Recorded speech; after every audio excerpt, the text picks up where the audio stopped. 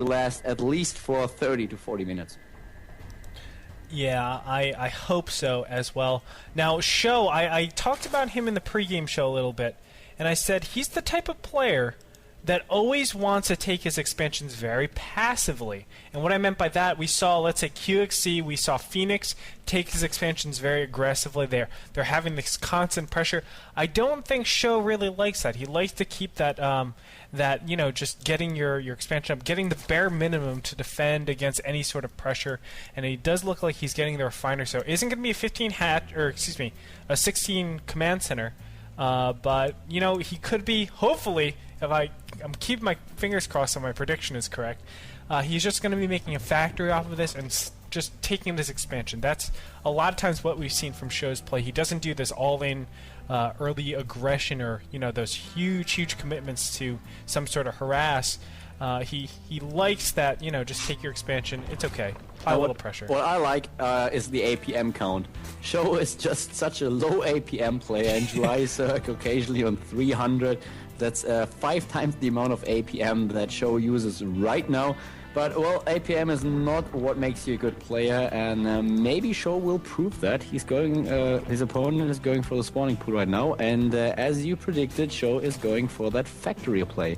So, you did predict it, didn't you? Yes, I did. I did predict it. I'm a great predictor. Great predictor. Okay. All right. Sure, Great Torb. Yeah. All right. I'm not too sure. You might be lying to me. I didn't actually pay attention too much. I was focused on Zerg. Actually, I thought you would be the one focused on the Zerg player this time, as you're obviously a big fan. I'm a big fan, but come on, dude. I'm a Terran player. I have to be all for the Terran. All for the Terran. And I have to say the same thing like Idra. Don't you have any self-respect? And he's speechless. Kaldor. Very well done. I'm pretty sure this is the last time we cast together. No, I'm just kidding. Much love, bro. Hey, but we do see. Idra. Oh yeah, of course. Just quoting. It's always yeah, of course. You're just gonna talking. For instance, I'm gonna say GGFU, and I can just say, hey, I'm just quoting Idra. So it's not actually me, but I'm saying the same things. You know what I'm saying? I can take it. Yeah, I know you. Yeah, we have the command center for SjoW in the meantime. So SjoW is getting an expansion, and he switched with a barracks. So we see 2 Hellions being made. And the first Hellion just roasting one of the Zerglings in the middle of the map. And right now, SjoW is aware of the situation. He's spreading his creep, actually protecting one of the creep tumors with his queen. A move that I like a lot, as you don't want to lose that creep tumor that early. And we have the Zerg player just tacking to the layer and adding another Vespene Geyser. Whereas SjoW once again is trying to... Oh, and he kills the creep tumor. So that will upset SjoW quite a little bit. He wasn't able to spread that creep very far. Yeah, quite an unfortunate turn of events. Is killing that creep tumor, it's great for the Terran, but it's such a huge hit for the Zerg, especially on a map like Shadow Temple where it's just so big. Now we can see these Hellions doing a great job. No more Hellions being produced. He's actually switched it off yet again. The factory and the barracks. He switched both of those off.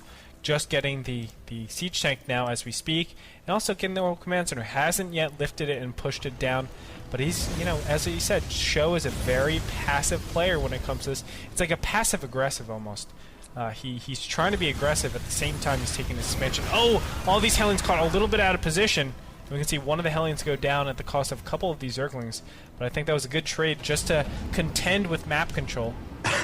And after killing the Hellions, immediately SjoW started producing 10 drones, and he's going straight for the Spire. So attacking his opponent with some Zerglings, just having a peek what's happening. He sees the siege tank, he sees the Marines, the expansion as well, and now he's going for this Spire, and I expect we are going to see a lot of Minotaurs quite soon. Yes, we can see the 4 evolution chambers were taken pretty quickly, indicative of the Spire Tech. The Spire Tech is on its way. In the meantime, just destroying this destructive rocks. Of course, you want to get that gold expansion rather than getting the top left, as you don't have to get so many drones, and that's what we see so many times from July. He only has 40 drones up right now. He's getting more, of course. He needs to get more, but he's going to stop getting drones pretty soon. He likes that low drone count and just get mass units, get that huge retention in your army every single time you have an engagement, and go from there. But SjoW, he's just playing very standard. We can see the third gas being taken, this very standard play, what we're used to. On top of that, if we look back into the top of his base, he's just spreading out all of his stuff, getting the stim, getting his marine count up, and also starport. Yeah, and have a look at that. SjoW is actually playing it perfectly. He knows that the Zerg player can have the Mutalisks out around the 10-minute mark, around 10 or 11 minutes. And immediately he's, well, his build is basically perfect. He's going for the starport, and he's also adding an engineering bay at the time that he expects the Mutalisks to come to play, because he doesn't scout his opponent. Once again, he didn't use a single scan to scout his opponent. He has no idea what's happening, but he knows when those Mutalisks can be produced, and he's getting an engineering bay. No, and the first missile turret as well, the first two without scouting. It's just brilliant. His build is basically so safe. And here come the Mutalisks trying to pick off the first few Marines. They're going into the main base, and the missile turret just finished, and actually Julizak is able to take that one ACV down and kills another bunch of workers. Well played by July, but once again, perfect timing by SjoW. Yeah, I mean, that is cutting it so close, but it's still so efficient, and he's been really strong. With staying, just allocating his money to exactly where it needs to be. Now 2 medevacs on the way, and additional Mutalisks come en route to kill this one starport. It does look like his starport is over halfway life, but he's going to come back with these Marines and just defend it. Now, look at this. SjoW taking a bottom right expansion, so he's being super aggressive with his economy. And he's looking to just get, a little bit of a hole right here, and he will take out one of these siege tanks. That's a huge pickoff, and it looks like a couple additional Marines might be picking off. Nope, not gonna risk it. Moving backwards, doesn't want to be caught in too much of trouble. A lot of meters did get picked off in that engagement. There are 7 meters left. We can look in the unit counting station. There are a total of 10, so 3 will move in. Yeah, there the 3 are. But I mean, Julizak, I have to say that one pickoff with the siege tank is pretty nice, and now he's moving in again, it does seem, and he just picks up one SCV and leaves. Yep, and well, in the meantime, we have the gold expansion up and running for Julizak. He already has a lot of drones over at the gold, saturated his third base, and he doesn't get any upgrades yet for his air army. He gets the +1 attack upgrade for his Zerglings, the speed for his Banelings, and morphs quite a lot of them. 12 Banelings being morphed, and for his opponent we see the factory. Now Julizak is apparently going to scout the third base of SjoW. No, he doesn't. He picks off some Marines. He has no idea that there is a third base, and he doesn't scout the position at all. Now he tries to annoy the Terran player quite a lot by just killing the supply depot, but SjoW just moves in. He has his timing push. That's exactly the thing that he wants to do.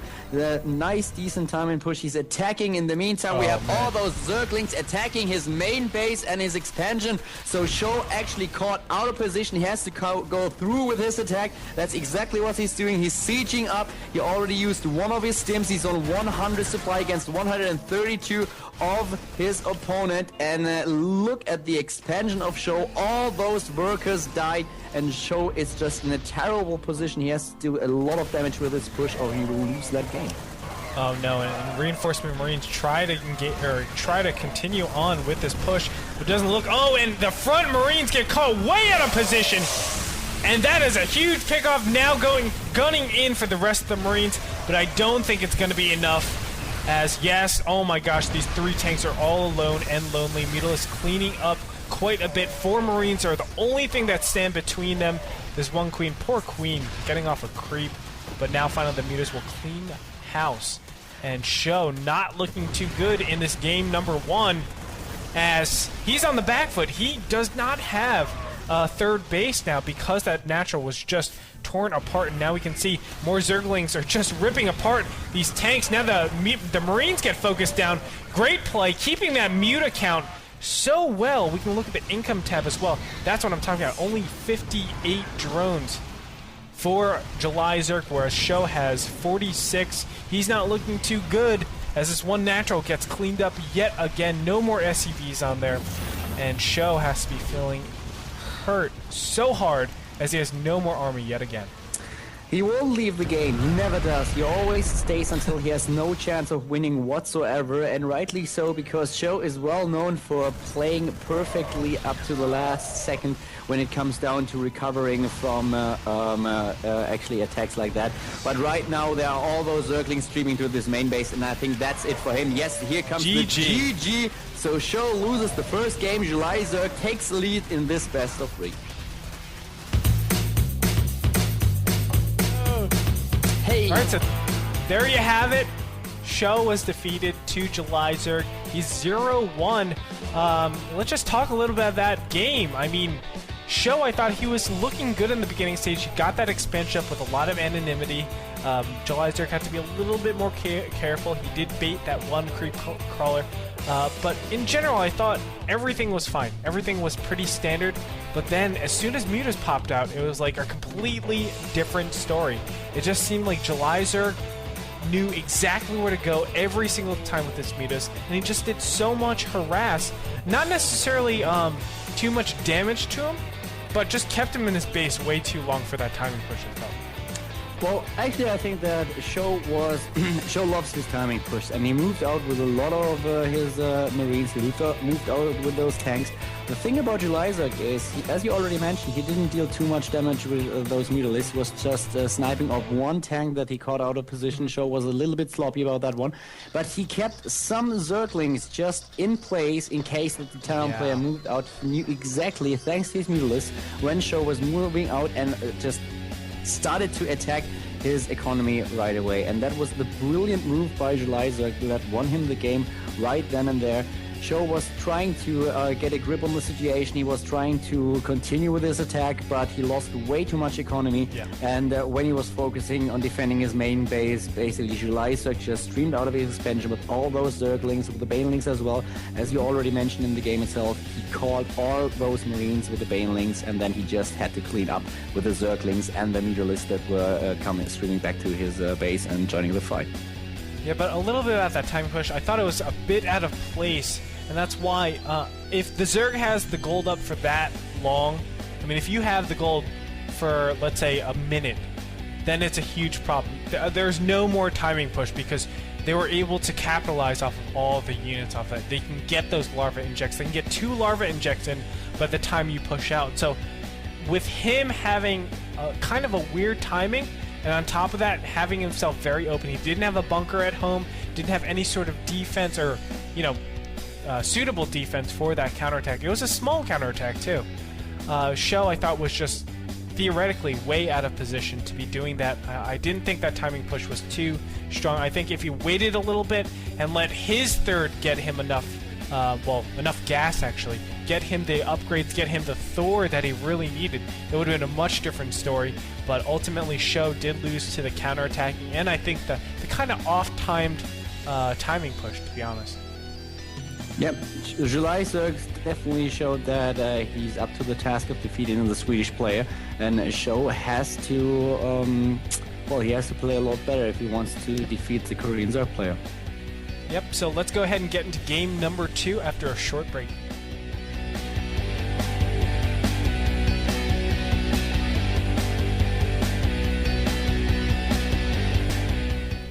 And here we go into game number 2, Dignitas SjoW versus ST July.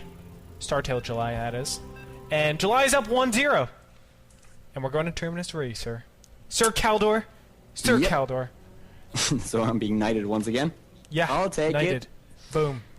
Yeah, July Zerk starting at the right side of the map at the 3 o'clock start position, and he showed SjoW how to play that game. He definitely took advantage of the fact that SjoW isn't really a scouting person. He likes to rely on the timings, and he has them down to their core, as we definitely saw when he went for those missile turrets. There was a perfect play by SjoW, the perfect timing, but he was caught out of position when he moved out of his base. July Zerk Zerg taking the advantage right then and there. Very well done by the Zerg player.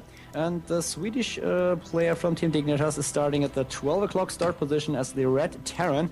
And I'm wondering what he will do right now. He is behind with 1-0 and he has to play a lot better if he wants to defeat July Zerg on this map.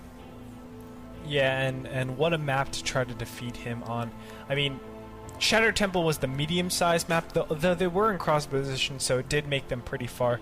But Terminus Raid, this is a very tough map. But do keep in mind, I think SjoW has a little bit of a nice positioning. He's not in cross positions, so it gives those drops. Look at that drop distance. We can see from the main all the way over to this natural is just a short distance. So to drop on that third, where July Zerg will probably be expanding to, is going to be much easier. It's going to be much, much easier. So it might be a little bit of a threat for him. The reaction time for July to see something coming is much sooner, or it's much later. No. Doesn't have a lot of time. This is you know what I'm talking about. Actually, I might be wrong, but as far as I remember, this is exactly the same map and exactly the same positions July Zerg played against Ensnea on the last match day of the NASL, and he lost to a double barracks opening of his opponent. I don't expect that SjoW will do that because SjoW is not really well known for his double barracks openings and he's more relying on a standard play, but still July Zerg knows that he has to be a little bit more careful because on this positions a Terran player can be really, really dangerous against a Zerg player that's opening with a 15 hatch as July Zerg does once again. Yeah, it was actually, I'm sorry to correct you, Kaldor, but it was 9 versus 6. And Terran was in 3 versus 6, and Terran was in the 3 o'clock position. I only know this because I actually have photographic memory. Yeah, easy, of StarCraft. I remember like every single game. Actually, when I was playing chess in high school, I can actually give you games in my head that I still remember. And there were like bad games too, but I remember like everything about everything. Everything about everything. Because I'm that brilliant. Did you know that? I'll prove you wrong at some point. Next week I will come up with some random question, and if you don't answer on the spot, there you are. All right. Well, I look forward to proving you wrong, sir. Proving you wrong. As this game is shaping up to be a pretty standard game. We can see the second barracks going down for SjoW. Now, we're probably going to see a complete wall-off as the Baneling bust, the Kirik-style build, is extremely strong if you don't get fast siege tanks. That's the biggest problem. But we see SjoW putting down the second barracks, which is indicative of a slower type of factory, so you're not going to have enough defenses up in time to deal with any sort of Kirik-style build. So I would assume he's going to be blocking off, but we haven't seen anything just yet. He's just staying still with just macroing up and being fine. And actually, the most amazing thing happened. I don't know if you realized it, but SjoW scouted. Stop it. No, I'm serious. I'm serious. He scouted, with start Marines. Position to his left. And that's it. He's like, wait, what am I doing? This is ridiculous. This is the dumbest thing I've ever done before. And he stopped scouting at all. He's like, okay, I'm fine. Yeah, that's good. It's like, I think I've... Oh, look, the left-hand side. He's not to my left, so I don't have to worry about rushes to my left-hand side. But I think he's pushing out with a group of Marines here. Now, this is just to take advantage of July. If there is any sort of non-Zerglings in the beginning stage, but he needs to back up as Metabolic Boost has just finished. 10 Zerglings are on the way. And they might potentially, if SjoW overdoes it, he will catch all of these units out of position. I'm actually kind of scared. SjoW might get SjoW'd up. No, what a show that off. didn't work. All right, Kaldor. All right, make me look silly. All right. I wasn't talking about you. Oh, and and all the Zerglings get in here. What a no! What's he doing? He's losing all those Marines. He has to use his SCVs as well. But have a look at that. All those Marines die. Oh my God! SjoW might lose right now, man. He's losing all those SCVs as well, and he's producing another 20 Zerglings. Oh gosh, this is not looking good. Not looking good at all. And the Baneling's Nest is up. Do keep in mind there's this one supply depot that is covering the entire wall, and your wall is only as strong as your weakest wall point. So having that supply depot there, I mean, that is the holy crap. 20 banelings. 20 banelings. Okay, so he can kill the barracks if he wants to. He can do whatever the heck he wants. We're going to see more Zerglings streaming in, and I think he will kill the barracks because the stim, he wants to kill that stim. But we're going to see, I know he's going to go straight for that one supply depot, and kind of a blunder. He loses 4 out of the 5, but nope, there He goes. He does have 50 bye-bye. more, so it doesn't Bye-bye, barracks. matter, does it? No. And he just streams in here. SjoW isn't stopping the Carrick style build. He has the 2 medevacs out, but because of that stim timing nerf, this build is severely hampered. It's not as good. More Zerglings just streaming in. July Zerg looking fantastic. GG. SjoW will lose 0-2 to July Zerg. July Zerg played outstanding. Zerg taking the win in this best of 3. He's basically obliterating SjoW on 2 maps. After he won on Shattered Temple, he's taking the game on Terminus as well. And with quite an amazing performance, SjoW with a huge blunder not lifting that supply depot up, and after those Zerglings had an initial poke at the defense of the Terran player, killing off the Marines and 5 SCVs as well. He just went for the banelings and busted the wall, and there was nothing SjoW could do about it. It looks like our Terran player got showed up. Yeah, and July is such a show. Well, you reused. You can't reuse stuff, man. You got Why? shown up. You did that as well. Whatever, Kaldor.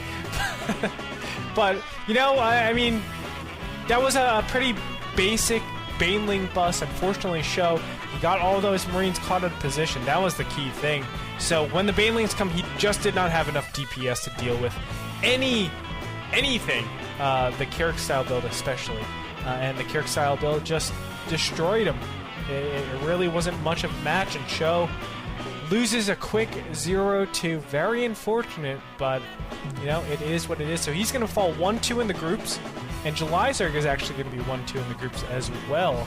So both of them tied, but I'm sure both of them are going to be coming back for week number 4, ready and pumped, as of course SjoW wants to show off. I mean, that game was basically that best of 3 was basically a one-man show. Okay, you're pretty good, Kaldor. I'll say it, you're pretty good, sir. But that's gonna do it for today.